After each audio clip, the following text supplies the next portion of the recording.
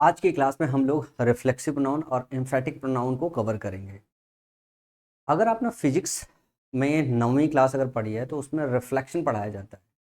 तो जो रिफ्लेक्ट करना होता है या जो रिफ्लेक्शन होता है उसका मतलब परावर्तन होता है। तो यहाँ पे हमें ये समझना है कि ये कौन सा प्रोनाउन है और क्या परावर्तित कर रहा है, क्या रिफ्लेक्ट कर रहा है। जैसा कि इसका नाम है रिफ्लेक्शन, तो ये रिफ्लेक्ट करता है। अगर मैं आपको फिर से याद दिलाऊं, मैंने हमेशा से आपको एक बात बोला है कि आपको जो याद रखना है वो सेंटेंस का सिंपल वाला स्ट्रक्चर हमेशा याद रखना है कि subject plus verb plus object. ये हमारा सेंटेंस का सबसे सिंपल फॉर्मूला होता है। इसमें जो सब्जेक्ट होता है ये हमारा डूअर होता है, जो काम करने वाला होता है। ये लिविंग या नॉन लिविंग कुछ भी हो सकता है। ये हमारा बंदा होता है जो काम कर रहा होता है। ये लिविंग भी हो सकता है, नॉन लिविंग थिंग भी हो सकता है। तो जब भी ये काम कर रहा होता है, जो इसका एक्शन होता है, एक्शन को आप किससे डिनोट करते हो? एक्शन को आप वर्ब से डिनोट करते हो। ये होता है आपका एक्शन वर्ड। इस एक्शन को जो रिसीव करता है, इस एक्शन को रिसीव जो करता है वो ऑब्जेक्ट रिसीव करता है, या जो रिसीव करता है उसी को ऑब्जेक्ट बोलते हैं। तो ये होता है आपका रिसीवर। ये रिसीवर होता है। या आप ये भी बोल सकते हो कि एक्शन का जो इम्पैक्ट होता है वो किसके ऊपर पड़ता है? एक्शन का जो इम्पैक्ट पड़ता है वो आपके ऑब्जेक्ट के ऊपर पड़ता है। तो वर्ब जो होती है हमारी, वर्ब को कैटेगराइज किया जाता है। वर्ब के चैप्टर में चल के पढ़ोगे, लेकिन ये चीज आपको यहीं सीखनी पड़ेगी। जो वर्ब होती है आपकी, दो तरीके की वर्ब होती है। वर्ब होती है, एक वर्ब होती है ट्रांजिटिव वर्ब, ट्रांजिटिव वर्ब। और दूसरी वर्ब की टाइप होती है जिसको हम बोलते हैं इनट्रांजिटिव वर्ब, इनट्रांजिटिव वर्ब। और ये जो नाम बना है वो शब्द जो है ट्रांजिशन होता है, ट्रांजिशन से बना हुआ है। ट्रांजिशन का मतलब होता है ये ट्रांसफर से बना हुआ है, ट्रांसफर से बना हुआ है। तो ऐसे वर्ब जो सब्जेक्ट के एक्शन को ट्रांसफर करते हैं, जो सब्जेक्ट के एक्शन को ट्रांसफर करते हैं, वो क्या कहे जाते हैं? वो ट्रांजिटिव वर्ब कहे जाते हैं। और ये क्या कहते हैं? ये ट्रांसफर करते हैं, ये एक्शन को ट्रांसफर करते हैं। और एक्शन अगर ट्रांसफर करेंगे तो एक्शन ट्रांसफर किस पे होता है? एक्शन ट्रांसफर होता है ऑब्जेक्ट पे। इसका रिसीवर होना चाहिए, इसका रिसीवर होना चाहिए। और रिसीवर क्या होगा? रिसीवर होगा आपका ऑब्जेक्ट। कुछ ऐसे वर्ब होते हैं जो इनट्रांजिटिव वर्ब कहे जाते हैं। ये जो होता है ना, ये जो एक्शन होता है इसका ट्रांसफर करते ही नहीं है, ट्रांसफर करते ही नहीं है। अगर ट्रांसफर करते नहीं है तो ऑब्जेक्ट की जो है नीड ही नहीं होती, ऑब्जेक्ट की नीड ही नहीं होती है। तो सबसे पहले आपको कुछ ऐसे वर्ब याद रखने पड़ेंगे जो ट्रांजिटिव वर्ब होते हैं, जिनका काम होता है कि वो एक्शन को ट्रांसफर ही करेंगे। और कुछ वर्ब ऐसे होते हैं जो इनट्रांजिटिव वर्ब होते हैं, जो एक्शन को ट्रांसफर नहीं करते हैं। मैं कंसेप्ट पे पहुंचूं और प्रोनाउन समझाऊं उसके पहले मैं आपको उस वर्ब के कलेक्शन को बता दूं। जैसे अगर मैं बात करूं एक्विट, या फिर मैं बात करूं रिकनसाइल, या फिर मैं बात करूं अम्यूज की, या फिर मैं बात करूं एडॉप्ट की, या फिर मैं बात करूं एडजस्ट की, या मैं बात करूं प्राइड की, या मैं बात करूं अपसेंट की, या मैं बात करूं इंजॉय की, या फिर मैं बात करूं एवेंज की, या अवेल की, या फिर रिजाइन की, या फिर एग्जर्ट की, या फिर अप्लाई करने की। ये सारे जो वर्ब होते हैं ये कैसे हैं? ये ट्रांजिटिव वर्ब है, ट्रांजिटिव वर्ब्स हैं। अगर ये ट्रांजिटिव वर्ब्स हैं तो ये क्या काम करेंगे? ये एक्शन को ट्रांसफर करेंगे, ये एक्शन को ट्रांसफर करेंगे। और एक्शन को ट्रांसफर करेंगे तो जो ट्रांसफर होगा वो किसको ट्रांसफर होता है? ट्रांसफर होकर किसके पास जाएगा? ऑब्जेक्ट के पास जाएगा। इसका ये मतलब है कि ये सारे के सारे वर्ब ऐसे हैं जो अपना एक्शन ट्रांसफर करते हैं। और अगर अपना एक्शन ट्रांसफर करते हैं तो ये जरूरी है कि इनके बाद ऑब्जेक्ट होना चाहिए।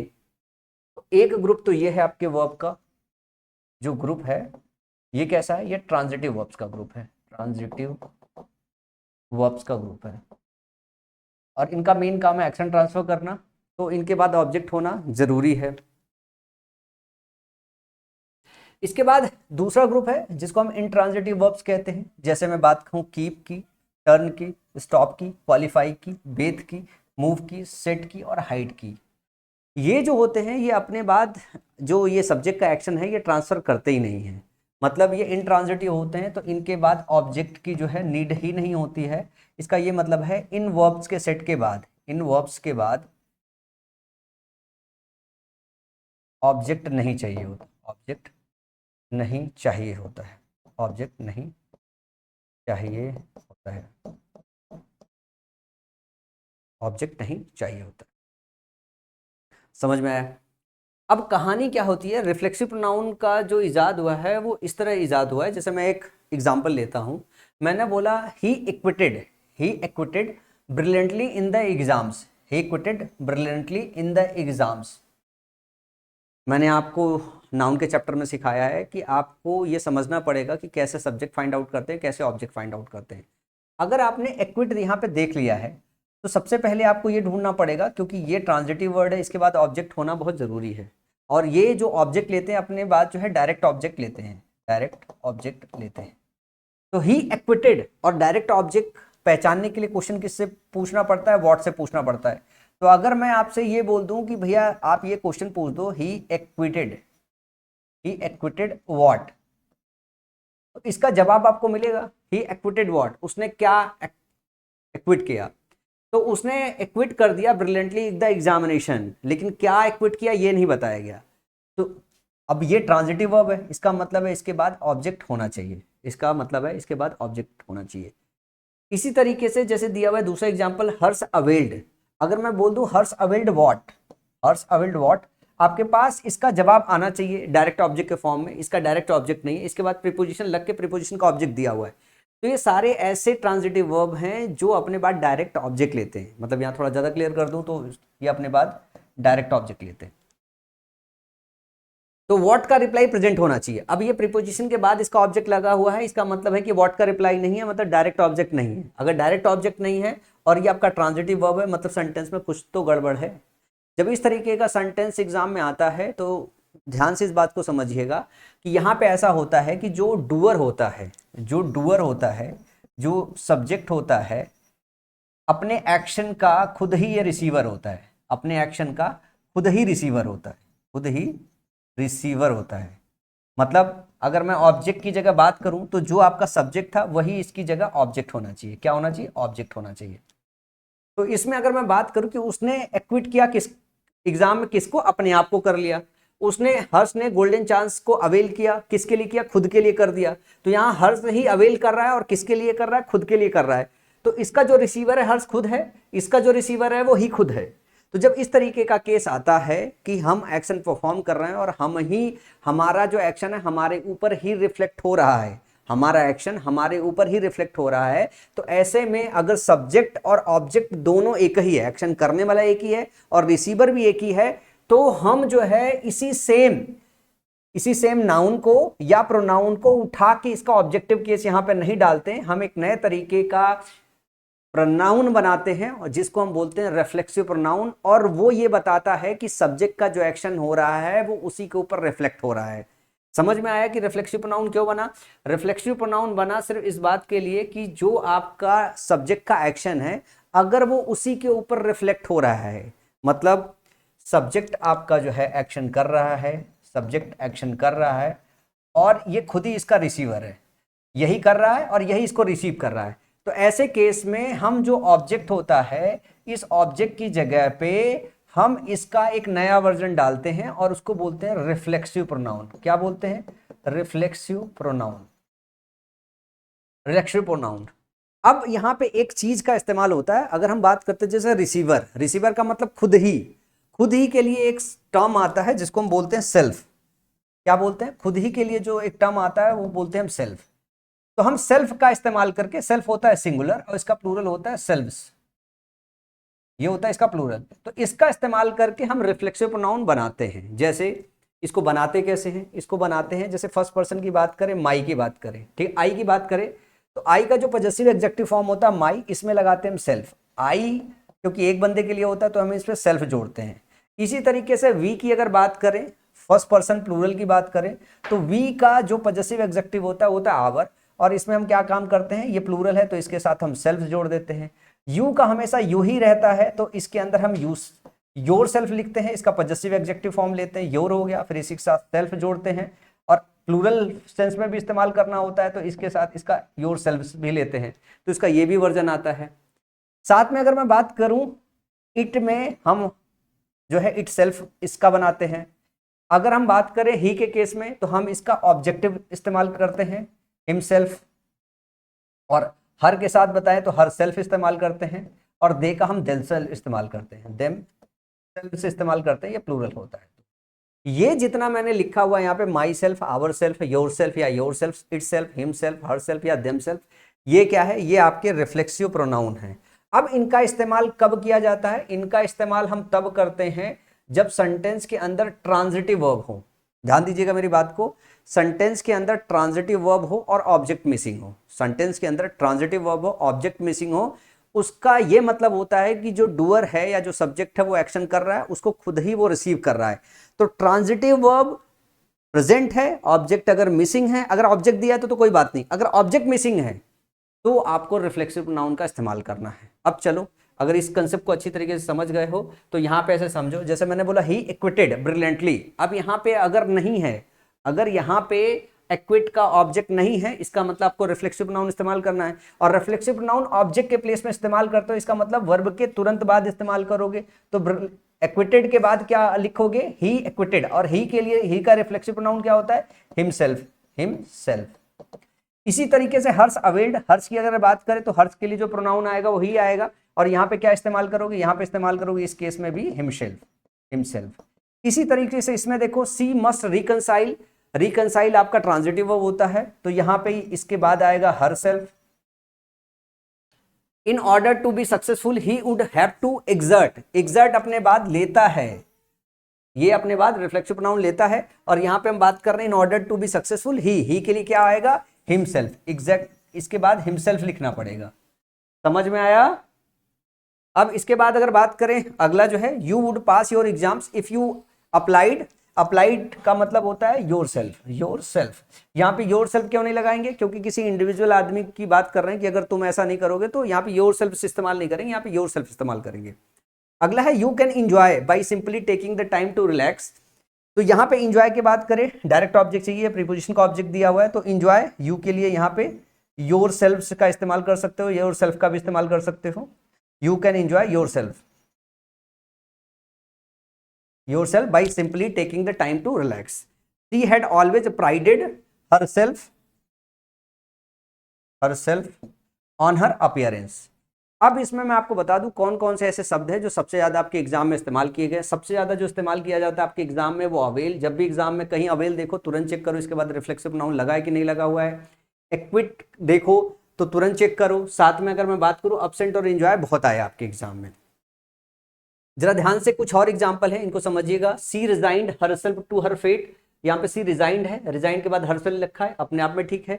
राज इंजॉयड, अब अगर मैं बोलूं राज इंजॉयड व्हाट, अगर मैं कह दूं डायरेक्ट ऑब्जेक्ट चाहिए तो यहाँ पे लिखा है राज इंजॉयड द पार्टी, यहाँ डायरेक्ट ऑब्जेक्ट प्रेजेंट है। अगर डायरेक्ट ऑब्जेक्ट प्रेजेंट है तब इंजॉय के बाद आपको रिफ्लेक्सिव प्रोनाउन लेने की नीड नहीं है। अगर मैं पूछूं राज इंजॉयड व्हाट तो राज आप बोलोगे राज इंजॉयड द पार्टी। अब अगर इसी को मैं ऐसे कह दूं Raj enjoyed himself during the vacation, अगर मैं इसको ऐसे लिख दूं ये हिमसेल्फ हटा देता और मैं लिख देता राज इंजॉयड ड्यूरिंग द वेकेशन, उसने वेकेशन के दौरान एंजॉय किया, लेकिन क्या एंजॉय किया इसमें आपको जवाब नहीं मिल पाता, तब आप बताओगे उसने खुद का एंजॉय किया, फिर यहाँ पे हिमसेल्फ डालोगे क्योंकि यहाँ पे ऑब्जेक्ट नहीं है तो हिमसेल्फ लिखना यहाँ पे सही है। इसी तरीके से सेंटी वॉज अब्सेंट, जब हम अब्सेंट की बात करते हैं तो ध्यान रखिएगा कि ये मेन वर्ब होना चाहिए। जब मेन वर्ब होगा तो इसका ऑब्जेक्ट होगा। यहाँ पे ये जो फॉर्म है ये आपका सब्जेक्ट है, ये है लिंकिंग वर्ब और ये उसका कॉम्प्लीमेंट है। यहाँ पे अगर बात करें सेंटी अब्सेंटेड हिमसेल्फ, सेंटी ने अब्सेंट किया, अब यहाँ पे मेन वर्ब की तरह काम कर रहा है तो इसके बाद आपका ऑब्जेक्ट आना चाहिए, डायरेक्ट ऑब्जेक्ट। यहाँ पे कुछ और नहीं था तो हमने सेंटी के लिए हिमसेल्फ इस्तेमाल कर लिया। मैं उम्मीद कर रहा हूँ ये रूल बहुत आसान है, बहुत आसानी से आपको समझ में भी आ गया होगा। अब इसमें जो बड़ा पार्ट होता है वो ये बड़ा पार्ट है, आप इसको रट्टा कैसे मारते हो ये सारे शब्दों को, कि कितने ऐसे हैं जो ट्रांजिटिव वर्ब है। सिर्फ ट्रांजिटिव वर्ब से नहीं आता, इनट्रांजिटिव वर्ब से भी क्वेश्चन आता है, जैसे keep, turn, stop, qualify, Beth, move, set और हाइड है। इनके साथ एग्जाम में क्या होता है, क्योंकि इनट्रांजिटिव वर्ब है, इनके बाद अगर रिफ्लेक्सिव प्रोनाउन का इस्तेमाल हो दिया हो तो आपको ध्यान रखना है कि इनके बाद नहीं लेते, क्योंकि ऑब्जेक्ट चाहिए नहीं। अगर ऑब्जेक्ट नहीं चाहिए मतलब एक्शन का इंपैक्ट ही नहीं पड़ रहा है तो रिफ्लेक्सिव प्रोनाउन इस्तेमाल करने की जरूरत नहीं है। इस तरीके से सेंटेंसेस आते, I bathed myself in hot water. आपने कभी ये कहा है? आप ये कहते हैं ना बाथरूम में मैंने नहाया, मैंने खुद को नहलवाया, ऐसा कहते हो? नहीं कहते हो ना। तो यहाँ पे जो बेथ है ना इसके बाद माई सेल्फ की नीड नहीं है।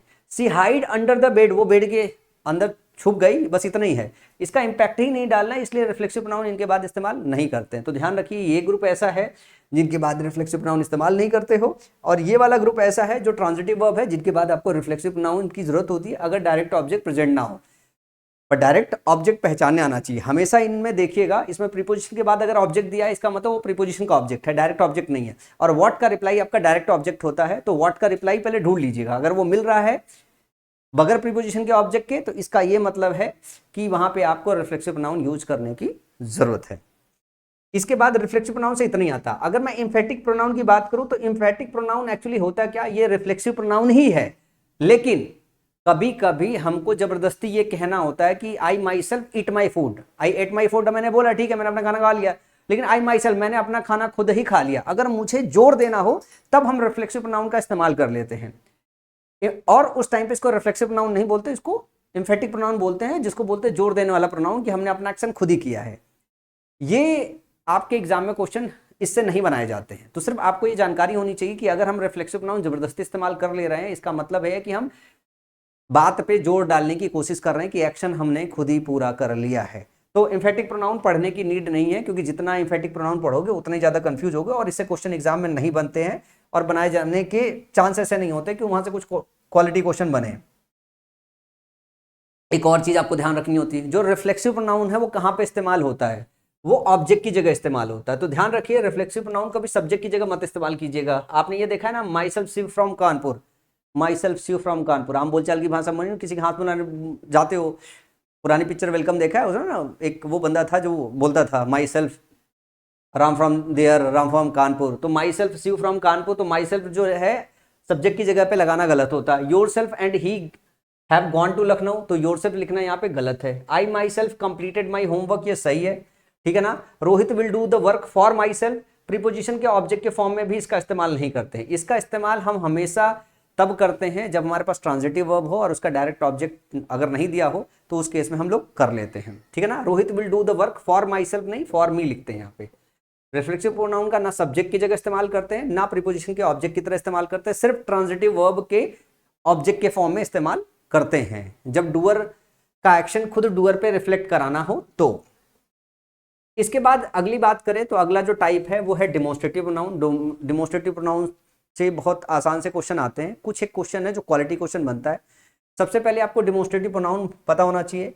जो डिमोन्स्ट्रेटिव प्रोनाउन होता है वो होता है दिस, दैट, दीज और दोज, दीज और दोज, ये बहुत आसान है। दिस होता है नियर ऑब्जेक्ट को पॉइंट आउट करने के लिए, दैट होता है डिस्टेंस वाले ऑब्जेक्ट को, जो दूर वाले ऑब्जेक्ट को पॉइंट आउट करने के लिए, ये आपका सिंगुलर होता है, ये भी सिंगुलर होता है। इसकी बात करें दीज, ये प्लूरल होता है नजदीक के लिए, ये जो प्लूरल होता है वो दूर के लिए होता है। जैसे मैं बोलूं दिस इज माई पेन, ये मेरा पेन है, दिस इज माई पेन, तो भी मेरे पास पेन है। मैं बोल दूं that is your pen, that is your pen, वो तुम्हारा पेन है। अगर मैं बोल दूं these are my pens, these are my pens या माई कार्स, मेरे पास बहुत सारी कार्स हैं, मैंने उसको बोल दिया कि मेरे पास बहुत सारी कार है जो मेरे पास पड़ी हुई है, मैंने उधर दूर रखा हुआ है, मैंने बोल दिया those are your cars, those are your cars. अब यहाँ पे एक रूल है जो मेरे को आपको समझाना है, मतलब इसका स्पॉट द एरर के सेक्शन में एक टाइप का क्वेश्चन बनता है जो अभी अपन देखेंगे, लेकिन इसका इस्तेमाल ना पैराजम्बल सॉल्व करने में बहुत आता है, पैराजम्बल सॉल्व करने में बहुत आता है, पैराजम्बल सॉल्व करते वक्त इसका इस्तेमाल बहुत होता है। पैराजम्बल का एक रूल है जो वहां तो पढ़ाऊंगा, यहाँ पे भी समझा देता हूं।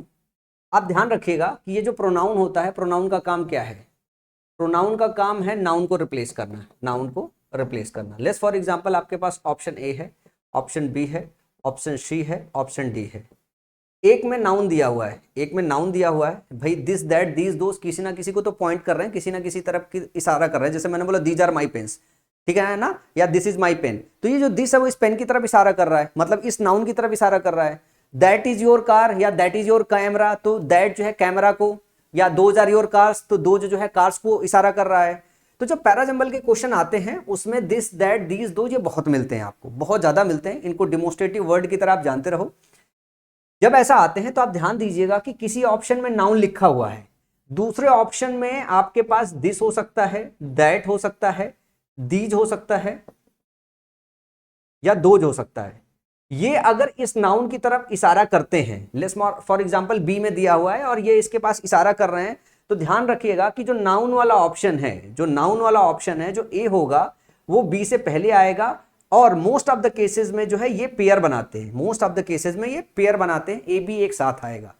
इस चीज का इस्तेमाल करोगे तो आधे से ज्यादा जो पैराजंबल है जिसमें ये आता है वो क्वेश्चन सेकंड्स में निकल जाते हैं। तो ये बात आपको यहीं पे याद रखनी है, इसका इस्तेमाल हम लोग वहां पे करेंगे, और जब पैराजंबल पढ़ाऊंगा तो पैराजंबल में सारे रूल्स मैं वहां पे भी आपको समझाता हूं।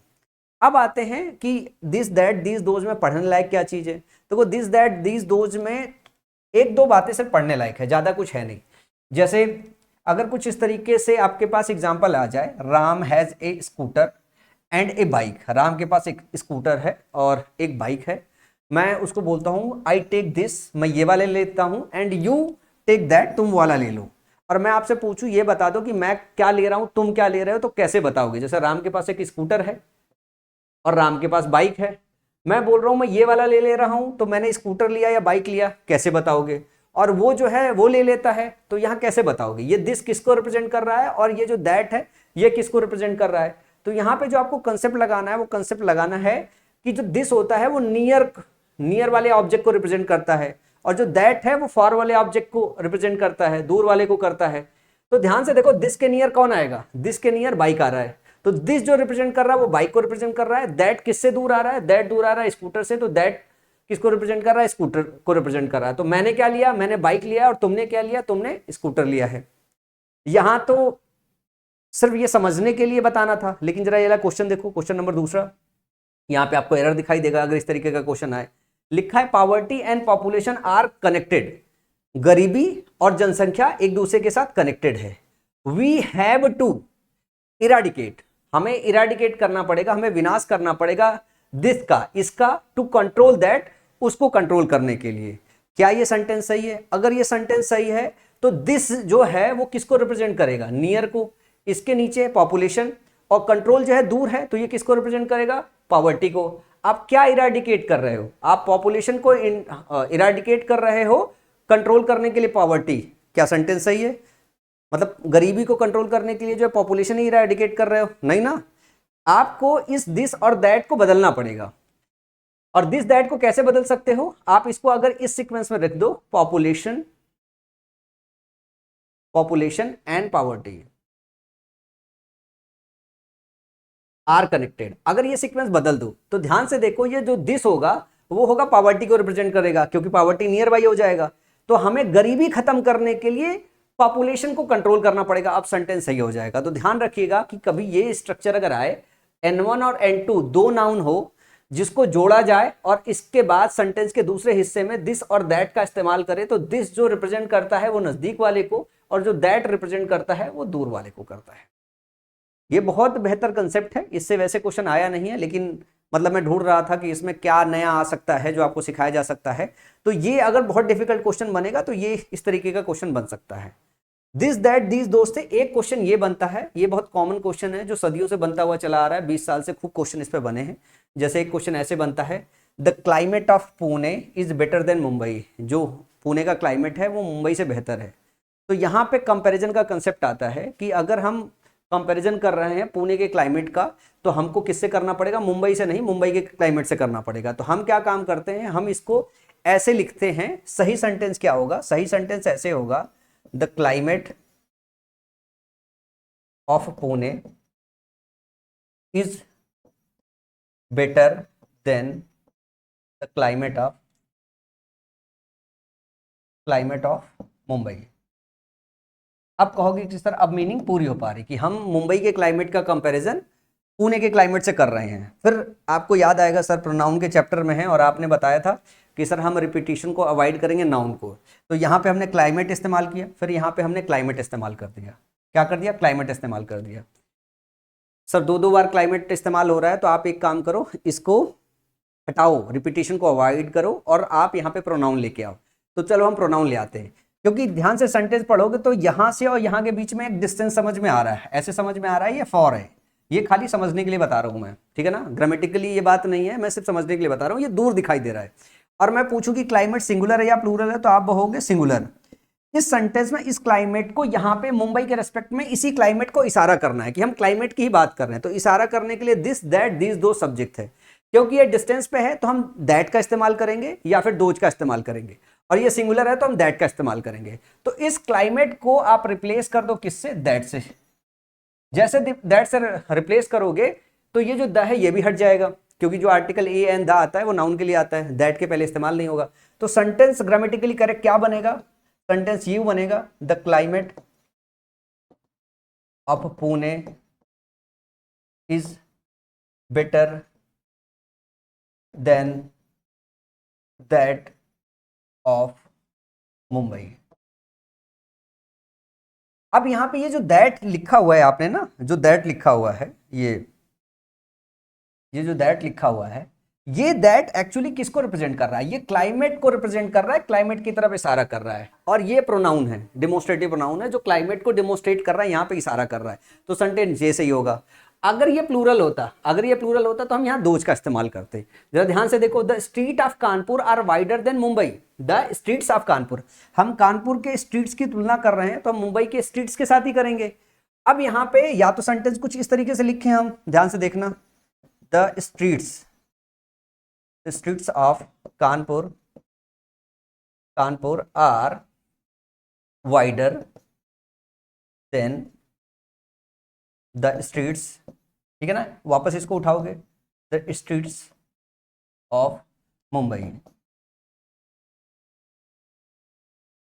ऐसे लिखोगे। अब आपको पता है स्ट्रीट्स दोबारा रिपीट हो गया है, तो आप क्या काम करोगे, इस स्ट्रीट्स को, क्योंकि फॉर है और ये प्लूरल है तो इसको हटाओगे, इसकी जगह दैट की जगह क्या लगाओगे, दोज। जब स्ट्रीट्स हटाओगे तो द भी हट जाएगा। तो इसका जो करेक्ट वर्जन बनेगा वो क्या बनेगा, वो करेक्ट वर्जन कुछ इस तरीके से बनेगा इसका, द स्ट्रीट्स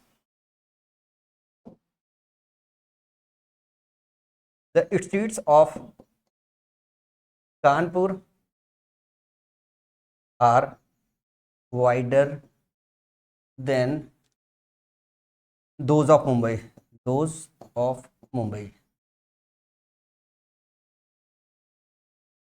समझ में आया। तो ये वाला जो क्वेश्चन है, ये वाला जो कंसेप्ट है वो आपके एग्जाम में आता है, तो ये बहुत ज्यादा इंपॉर्टेंट कंसेप्ट है। इस पे अगर पिछले सालों में एग्जाम में देखोगे तो करीब 20 बार क्वेश्चन बनाए गए हैं, और ये बहुत आसान है। बस आपको कंपैरिजन का तरीका पता होना चाहिए कि हम सिमिलर चीजों में कंपैरिजन कर रहे हैं। पुणे के क्लाइमेट की बात हो रही तो मुंबई से नहीं कर सकते, मुंबई के क्लाइमेट की बात की कर सकते हैं। हम अपने घर की अगर बात करें तो अपने घर की तुलना तुम्हारे घर से कर सकते हैं, हम अपने घर की तुलना तुमसे तो नहीं कर सकते हैं। समझ रहे हो बात। तो ग्रामेटिकली इन चीजों को करेक्ट रखना होता है। तो डिमोस्ट्रेटिव जो प्रोनाउन है, डिमोस्ट्रेटिव प्रोनाउन में बस इतना ही होता है, इससे ज्यादा होता नहीं है।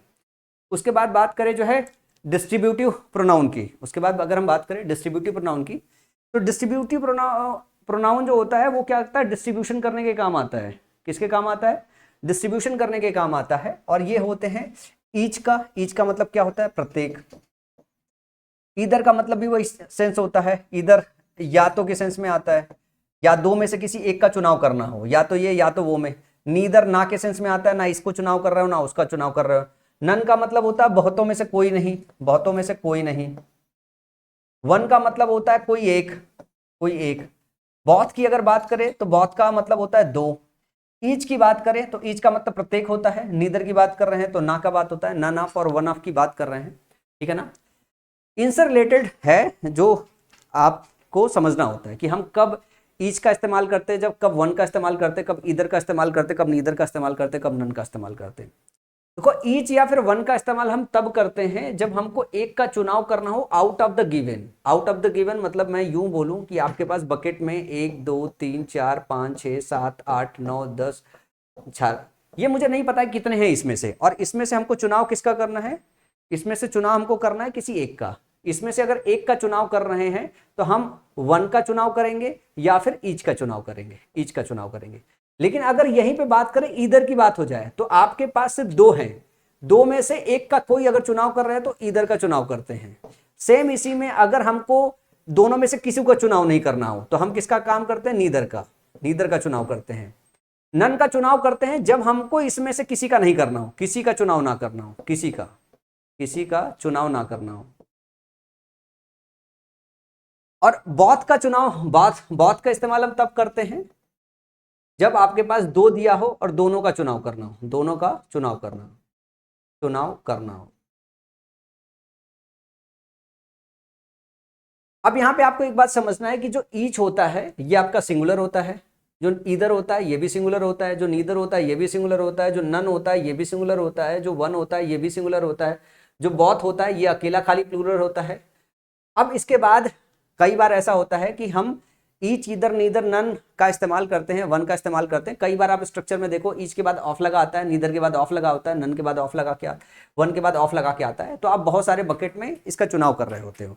तो ध्यान रखो कि जब भी आप ईच, नीदर, नन, वन इनके बाद अगर ऑफ लगाते हो, जैसे ऑफ लगा दिए हो और यहाँ पे चुनाव कर रहे हो, चुनाव किसका कर रहे हो, मान लो ईच के साथ चुनाव कर रहे हो, या फिर वन के साथ चुनाव कर रहे हो, या फिर नीदर के साथ चुनाव कर रहे हो, ठीक है, या फिर नन के साथ चुनाव कर रहे हो, ठीक है ना, या मैं कह दूं बहुत के साथ चुनाव कर रहे हो, बहुत के साथ चुनाव कर रहे हो।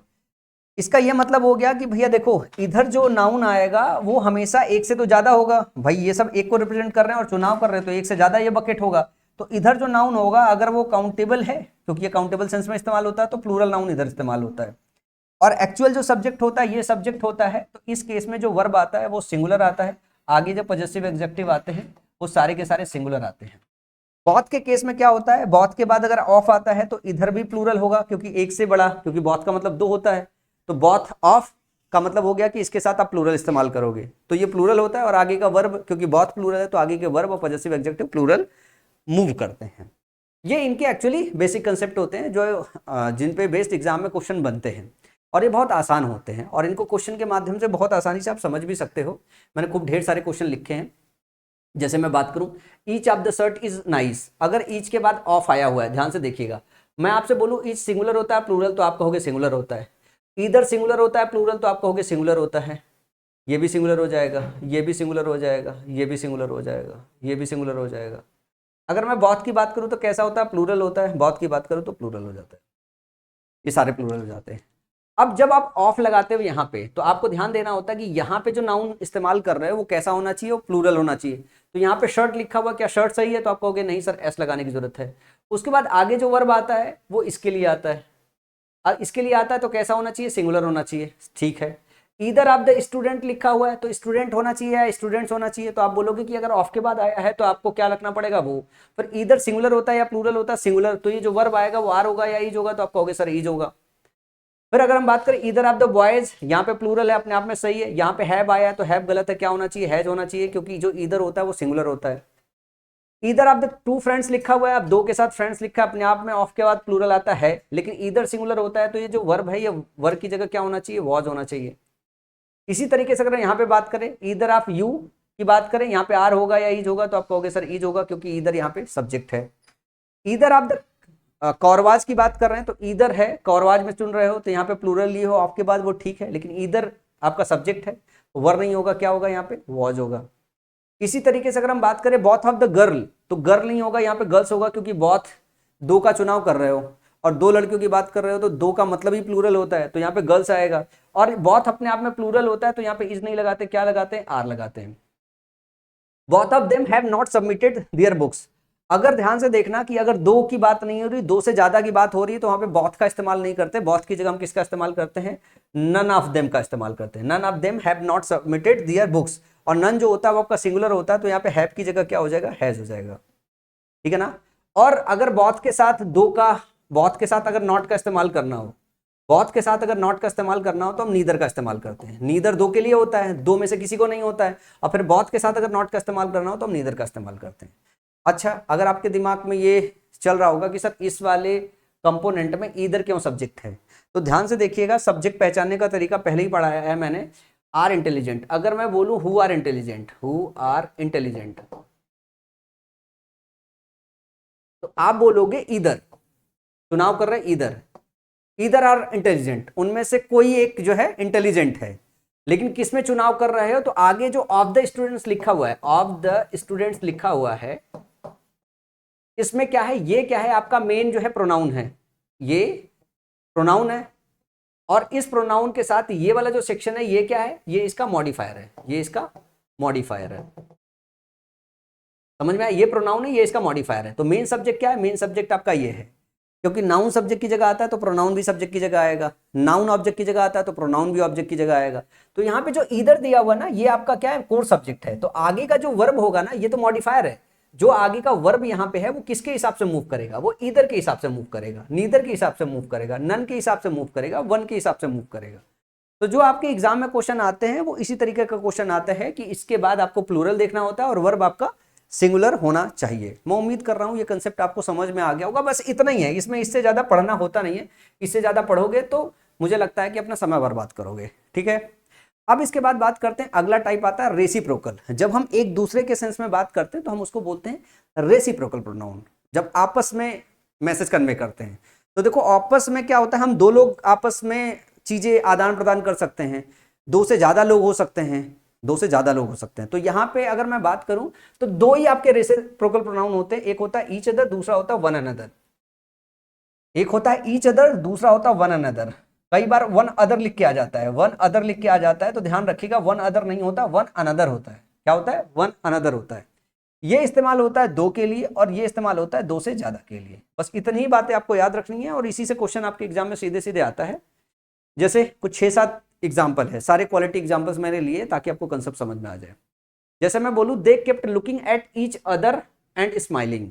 They kept looking at each other and smiling, वो एक दूसरे को देखते रहे और मुस्कुराते रहे। क्या यहाँ पे ईच अदर ठीक है या इसको मैं बदल के वन अनदर लिख दूं, वन अनदर लिख दूं, क्या होगा? तो मैं अगर बोलूं कि जैसे ये हो रहा ना कि वो एक दूसरे को देखते रहे, तो जब कोई आदमी एक दूसरे को देखता है तो पूरा जो फोकस होता है वो एक दूसरे को होता है, मतलब दो ही लोग पार्टिसिपेट कर पाते हैं। कभी आपने देखा कि आप एक साथ 4-5 लोगों को देख रहे हो, सामने वाले को देख रहे हो, ऐसे देख रहे हो, ऐसे, तो जब एक दूसरे को लगातार टकाटक देख रहे हैं, वैसे तो आप देख सकते हैं एक देखा, दो देखा, तीन देखा, लेकिन जब एक टक देखते हो तो एक दो लोग ही एक दूसरे को देख सकते हैं। इसी वजह से यहाँ पे ईच अदर का इस्तेमाल हुआ है।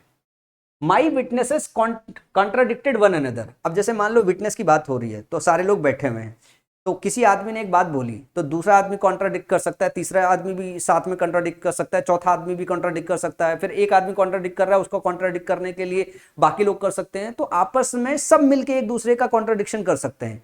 इसी वजह से यहाँ पे हमने वन अनदर का इस्तेमाल किया है। किसका इस्तेमाल किया, वन अनदर का। अगर ये बात आपको समझ में आ गई हो तो जरा कुछ एग्जाम्पल इसको करिए। Radha and Reena are talking to. Radha और रीना एक दूसरे से बात कर रहे हैं। तो राधा और रीना दो लोग हैं, तो दो लोग में आप क्या बोलोगे कि वो एक दूसरे से बात कर रहे हैं, मतलब ईच अदर लगाएंगे। जरा इसमें देखो, all the students are discussing the matter with. सारे के सारे बच्चे एक दूसरे के साथ मैटर डिस्कस कर रहे हैं और यहाँ पे दो की चर्चा नहीं हो रही है, यहाँ पे प्लूरल सेंस में है, तो यहाँ पे हम क्या इस्तेमाल करेंगे, वन अनदर, वन अनदर। दे सुक हैंड्स विथ। अब यहाँ पे हम दे की बात कर रहे हैं, दे में तो पता नहीं कितने लोग हो सकते हैं, लेकिन जरा ध्यान से देखो, जब आप हाथ मिलाते हो तो क्या एक बार में दो से ज्यादा आदमी हाथ मिला सकता है? आप कभी ऐसा हुआ है कि आपने हाथ मिलाया फिर दूसरे से भी हाथ मिलाया? एक आदमी एक टाइम पे दो से हाथ मिला नहीं सकता, तो एक बार में दो ही आदमी हाथ मिलाते हैं। तो जब हाथ मिलाने की बात आती है तो ईच अदर होता है। क्या होता है, ईच अदर होता है। इसी तरीके से अगर मैं बात करूं, मान लो ट्राई सीरीज चल रहा है, इंडिया पाकिस्तान इंग्लैंड का ट्राई सीरीज चल रहा है, और जब मैच खेलना हो, अगर कोई मैच होता है, ट्राई सीरीज है तो वन अनदर के साथ हो जाएगा, लेकिन मैच खेलने की बात हो रही है तो मैच क्या आपको लगता है कि एक साथ 3 टीमें खेल सकती? नहीं ना, 2 टीमें खेलती है। तो मैच खेलने में वहां पे भी ईच अदर का इस्तेमाल करते हैं। एग्जाम्पल भी लिया है मैंने। The 4 sisters क्वेरल्ड with. 4 बहनें एक दूसरे से, सब एक दूसरे से झगड़ा कर सकती हैं, एक साथ झगड़ा कर सकती हैं, तो यहां पे हम वन अनदर का इस्तेमाल करेंगे। किसका इस्तेमाल करेंगे, वन अनदर का।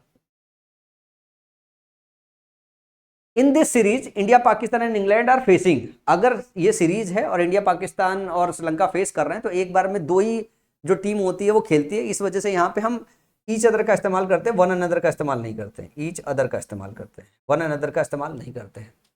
जो आपके एग्जाम में क्वेश्चन आता है वो क्वेश्चन कुछ इस तरीके से होते हैं कि उसमें 2 नंबर ऑलरेडी मेंशन होता है। अगर 2 नंबर नहीं मेंशन हो तो आप वन अनदर का इस्तेमाल करके अब जा सकते हो। और दूसरा जो आता है वो आता है वन अनदर की जगह वन अदर लिख देता है, वन अदर लिख देता है।